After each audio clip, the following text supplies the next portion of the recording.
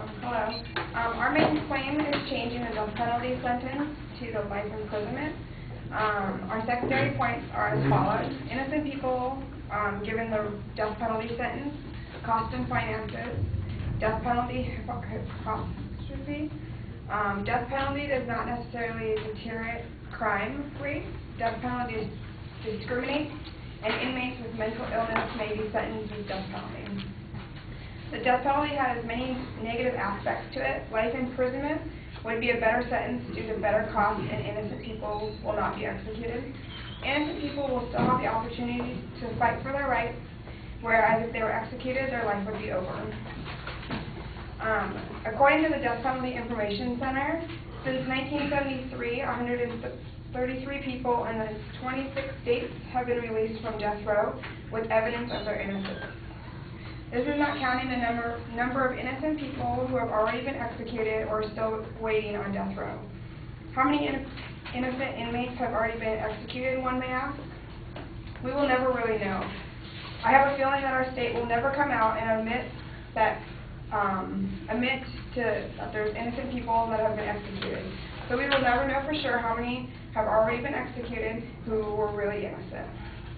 Also, according to Human Rights Magazine, 9 former Illinois death row inmates who have been found innocent and freed in the decades since the death penalty was reinstated in the state.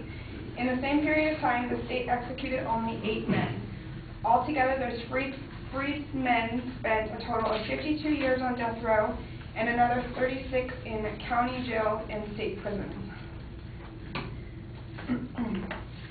Again, these 9 men were lucky to sit in jail waiting on death row and then let go. So they sat there, and those men were let free, so they were lucky ones, but a lot of people were not let free, and their innocent men or innocent inmates had their lives taken away.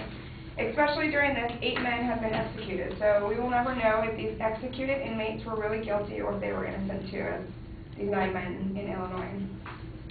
There have been about 133 inmates released due to their innocence being proved. Another few examples due to this that supports this about the Chicago Tribune. There was a man, the 131st person to be released. He was convicted in 1986 for murder and acquitted in 2009. After 24 years in prison, including 11 and a half on death row, he was finally set free. A man who admitted this murdering 15 to 20 people who testified against him, against Field, he testified to get a lesser sentence. So this testifier lied in court to get a benefit for himself, and this resulted in an innocent man sitting in jail for over 25 years. I also have a personal story of my own that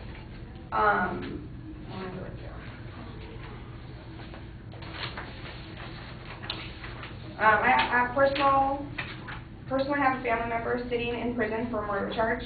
He received 25 years to life imprisonment. Good thing he never got the death penalty, because after 25 years, the man who lied in court against him came out and admitted that he lied in court.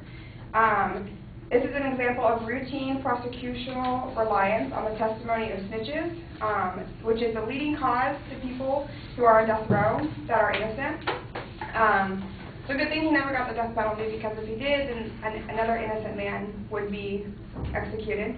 So after 25 years, they're in the process of going through all the process of letting him go. So that's a personal story right there. California is not currently in a financial state to be able to spend extra money on the death penalty and death row inmates.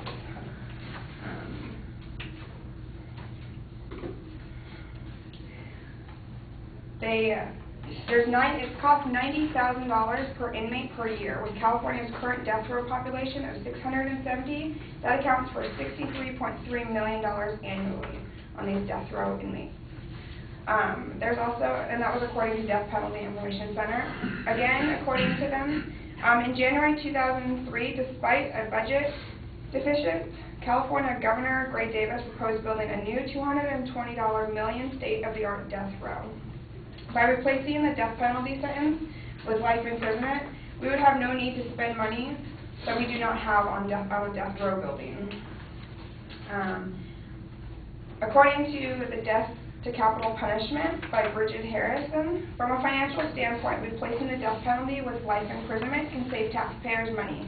The state's bipartisan Office of Legislative Services estimates that repealing the death penalty will save taxpayers $32,000 per death row inmate annually, because the cost of the housing inmates on death row are much greater than the housing them in general prison population.